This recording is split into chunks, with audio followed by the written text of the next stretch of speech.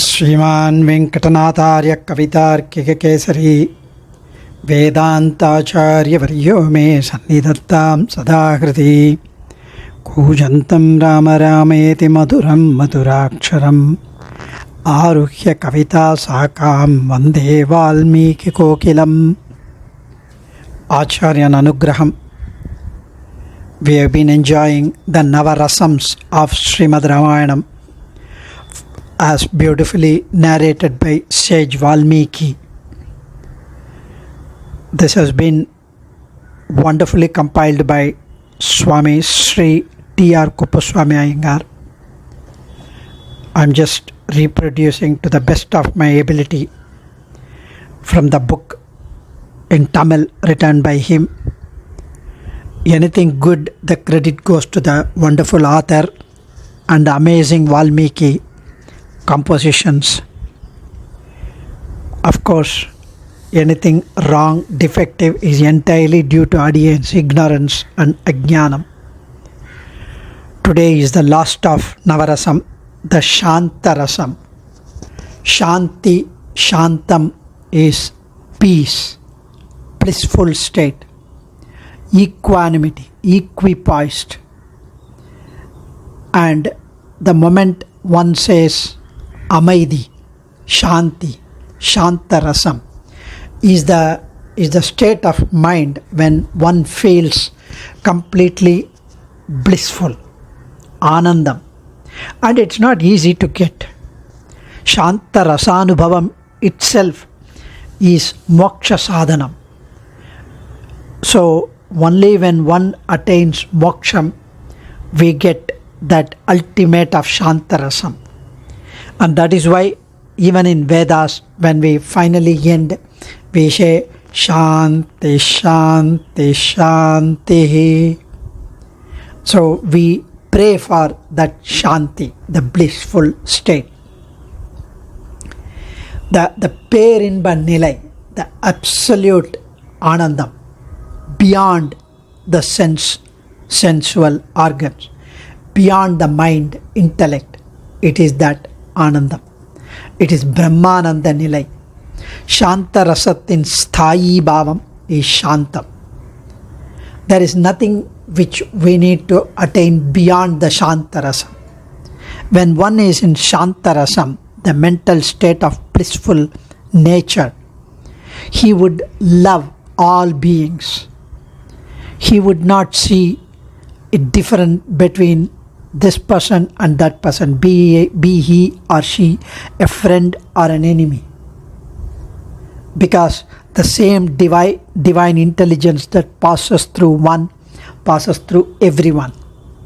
He sees the supreme being inside everyone and every being, everything.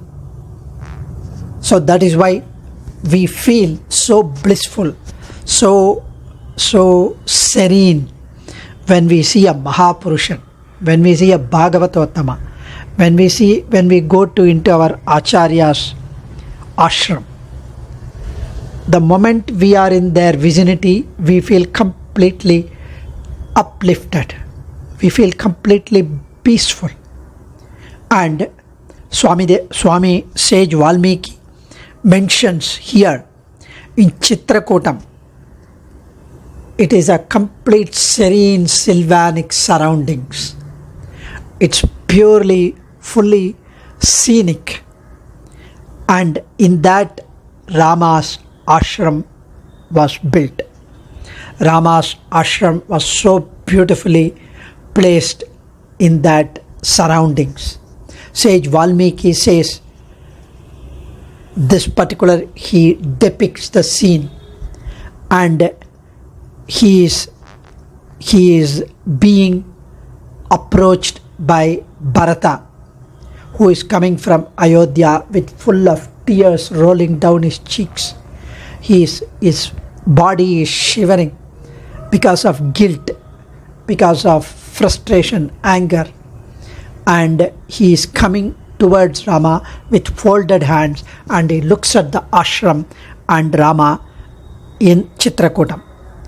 And that particular scene which Bharata sees is full of Shaantha Rasam, says elders.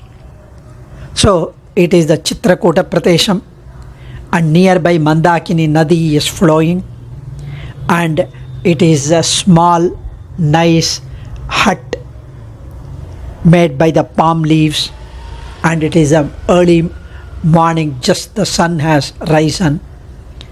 Bharata has come down with his whole 9 yards of army, with his mothers, with the sage Vasishta, and they wanted to take back Rama to Ayodhya. And from sage Bharadwaja, he came to know of Rama's place, and he approached to Chitrakutam, and he saw Rama's ashram now. Now Valmiki is narrating and describing how Bharata sees Rama's ashram and Rama. Dadarsha Mahati Parnashalam Manoramam Salatala Shvakarnanam Parnair Bahuviravritam. Here it is a very peaceful surrounding. Mandakini Nadi and spacious ashram which has been built with palm leaves. And the moment one sees the ashram, our mind gets it feels so enchanting. And all the four sides of the ashram, the huge tall pine trees and the palm trees. Also there is Ashwakarna leaves, the tree with Ashwakarna leaves which give shadow to the entire surrounding of the ashram. It looks like the ashram is decorated by these trees and gives shadow which adds to the peaceful nature of the ashram. And it looks like there is a Homa Kundam in the middle, and all the four sides Darbai is kept. The ashram is like the Homa Kundam, and all the four sides the trees are kept. So it looks like the Homa Kundam itself, the ashram. And in the Homa Kundam there is an Agni with effulgence, with tejas, great splendor. That Agni is Sri Rama sitting inside the ashram on the asanam. It's like the Homa Kundam Jwalikum fire. Rama was resplendently shining with tejas. Says Valmiki, Vishalam Mrudu Vistirnam Kuchairvedi Vimatvare. And at the entrance of the ashram, on both sides, there is a huge bag in which arrows are kept. And there are big, long, sharp swords, katti, wall, which has been hanging on both sides. And there is a kavacham which needs to be worn on the chest and on the shoulder, the shield, which is also hanging. So Valmiki says it's like the Raghava Simham is inside, and outside these ayudams, the weapons which would create a fear, terror among the enemies, the Rakshasas, which would be displayed at the entrance. So it's like the lion's footprints are at the beginning of the cave, and inside the cave lion is sleeping. So when the animals see the lion's footprints, it would dare not enter into the cave. Sage Valmiki's description is so beautiful and majestic, unique in describing Rama's state, Rama's situation inside the ashram. Maharachata Vasobhyam Asibhyam Cha Virajitam Rukma Bindu Vichitrabhyam Charmabhyam Shabithopita. Here on the east and the north, Agni Kundams are kept in the ashram. And on the head, Jadamudi, the matted locks. And on the hips, it is the tree bark dress, Marauri. And on the chest, on the top, he is wearing the deer skin, the mantol, as the cover, and on the Darbashanam, like a lion, he was the long hands, strong shouldered, wide chested, red lotus eyed, most handsome Rama was seated on the Darba Asanam. It looks like the very Brahman himself is sitting here. He was shining like the Tejasvi, like the fire itself. And that Raman was seen by Bharata. Rama was sitting so majestically, looking with full of karunya to Bharatan. And he got up to welcome Bharatan, hugged him and welcomed him. This particular entire scene brings us full of blissful state in our mind and brings us Shaantha Rasam in our front. Of course, there is one more anecdote, one more incident which brings us Shaantha Rasam, which is an example of Shaantha Rasam from Shabari's life. Shabari, a classic example. She is a personification and embodiment of unqualified, unassuming devotion. There is no unconditional vishwasam on Acharya and Perumal. Shabari comes extremely close to the heart of Sri Rama, and Shabari was having her ashram where there is a very beautiful creepers are in the surroundings. The flowers are there. Hamsa Pakshis are there in Pampa Nadi nearby. And she belongs to the low caste forest tribe woman. And she is very, very, very old, by name Shabari. And she was serving sage Matanga Maharishi. And Matanga Rishi, she was serving. In fact, Shabari was praised as an embodiment of complete unflinching devotion to Sri Rama. Her only life ambition was to do Acharya Kainkaryam, and she was blessed by the Acharyan. Before the Acharyan attained moksham, they advised her to see Lord Rama in her lifetime because he is soon going to come this way. Having seen Lord Sri Ramachandra Murti, the exceptionally affectionate, loving, devotional Shabari, she attains moksham, and Sabari Moksha Sakshi Bhuta. Rama is described as Sabari Moksha Sakshi Bhutan by Swami Vedanta Desika in Mahavira Vaibhava. The story of Shabari starts with Kabandhan telling about the Pampa lake and the Mount Rishyamukha Parvatam. When Kabanda was going, after he dropped his mortal coils, he took the Deva Shariram and he was going up. And there he stopped and narrated to Rama and Lakshmana to go and see Shabari, because he details about Matanga Maharishi, Matanga Ashram, and informs Sri Rama to visit an ascetic by name Shabari, who is waiting for a long time to have a glimpse of Sri Rama.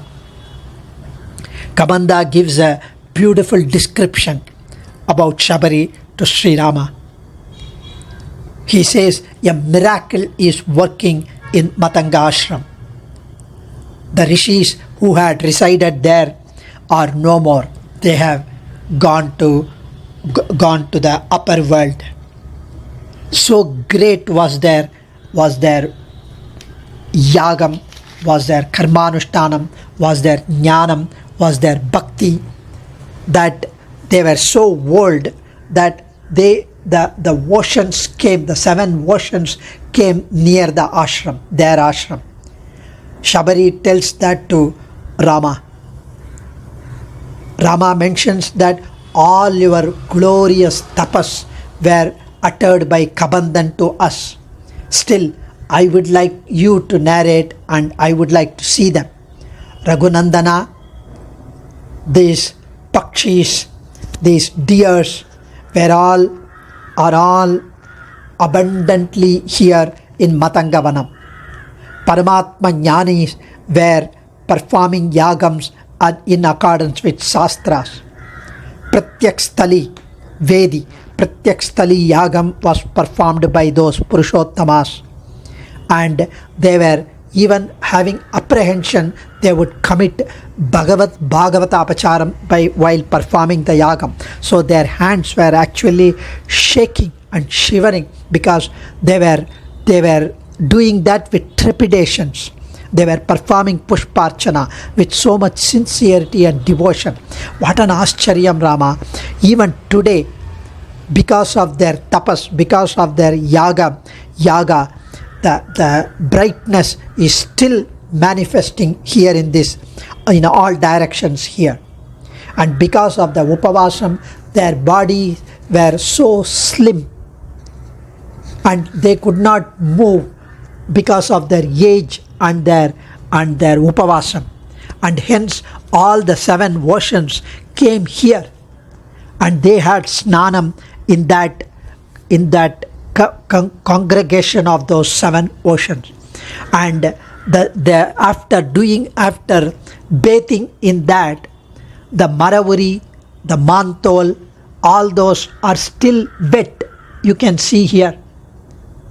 And the pushpams which they had used are still fresh, you can see here. Deva karyani kurvadbir dhamani kritani vai pushpai kuvalayai sardam mlanat sabdam lanatvam nopayanti vai. Sri Rama, this we were told by them that Rama would come, and because I was performing Kainkaryam to Acharyan and his Sishyas, they accepted me to perform Kainkaryam, and they asked me to wait until I see you, Sri Rama.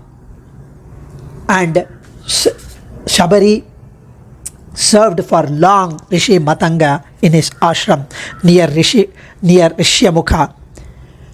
So they informed her that Rama would come, bless her, fulfill her tapas. The sage departed, leaving Shabari alone at the ashram. Shabari continued her anushthanam at the ashram, keeping it ready for Sri Rama's arrival. She woke up every day wondering if this would be the luckiest day, the blissful, blessed day that Rama would arrive. After completing her chores, she would make the place ready for Sri Rama's arrival. Sweep, mop, collect fruits, berries for him to eat if he did come.